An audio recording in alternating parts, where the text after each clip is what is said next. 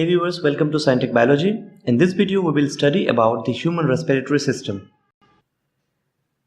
Human respiratory system is one of the most vital organ system of the body that support pulmonary ventilation, external and internal respiration, olfaction and phonation.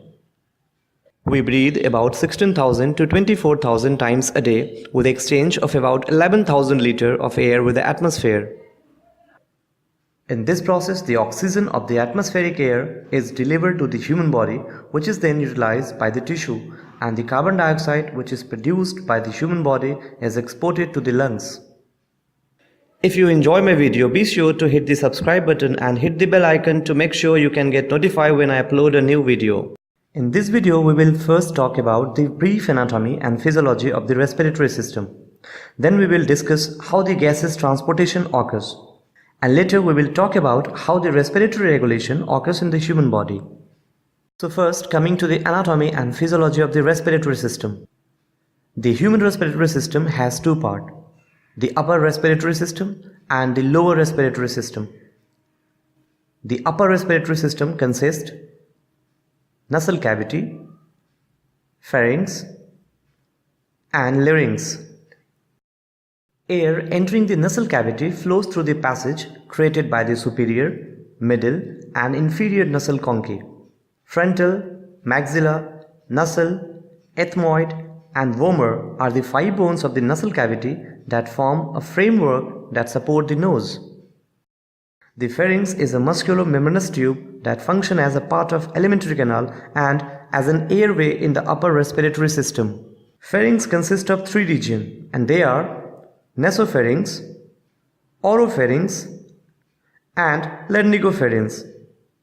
The larynx is an organ of complex structure that serves as a dual function, as an air canal to the lung and as the organ of phonation. The skeletal framework of the larynx consists of cartilages connected by the membranes. The lower respiratory system consists trachea, bronchi, bronchioles and lungs. The trachea extends from the larynx to the upper border of the T5 vertebra, where it branches to form bronchi. The trachea is supported by a series of C-shaped cartilaginous rings that allow the trachea to change shape to accommodate masses of the food passes through the esophagus. The bronchi are the air passage into the lung that begins at the end of the trachea. There are 2 bronchi, one for each lung. The bronchi divide and redivide to form a bronchioles. There are 2 lungs in the human body, which are located inside the thoracic cage. The right lung is bigger than the left. The right lung has 3 lobes and the left has 2. There are hundreds of millions of alveoli exist inside each lung.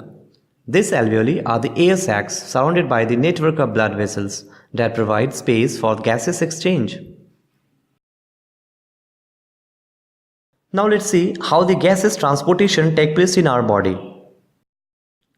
During normal inhalation, air containing oxygen passes through the nose and mouth to the lungs.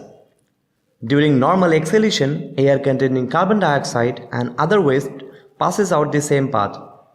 This process of moving air in and out of the lung is called pulmonary ventilation or breathing. During normal inhalation, the diaphragm and the external costal muscles contract and a rib cage elevate. As a result, air rushes in.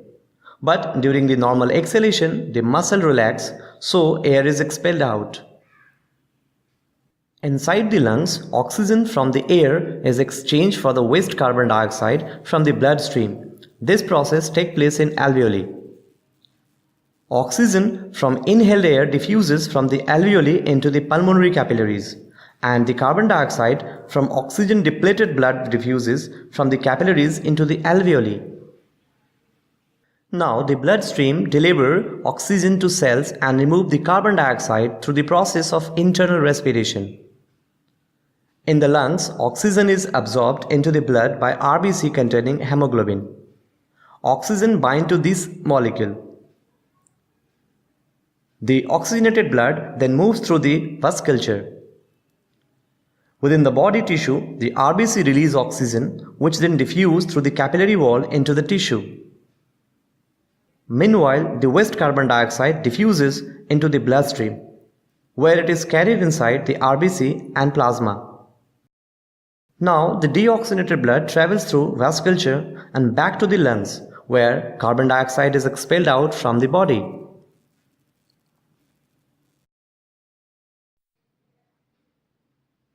Now let's see how breathing is regulated by our brain.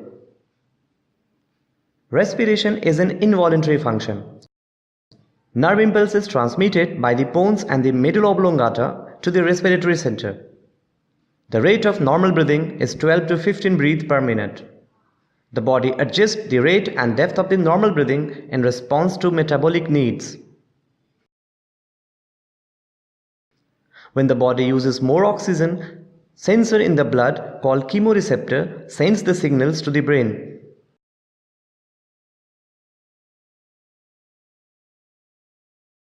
So the rate of breathing increases. Action including talking, sneezing and coughing can also alter breathing pattern for the short period of time.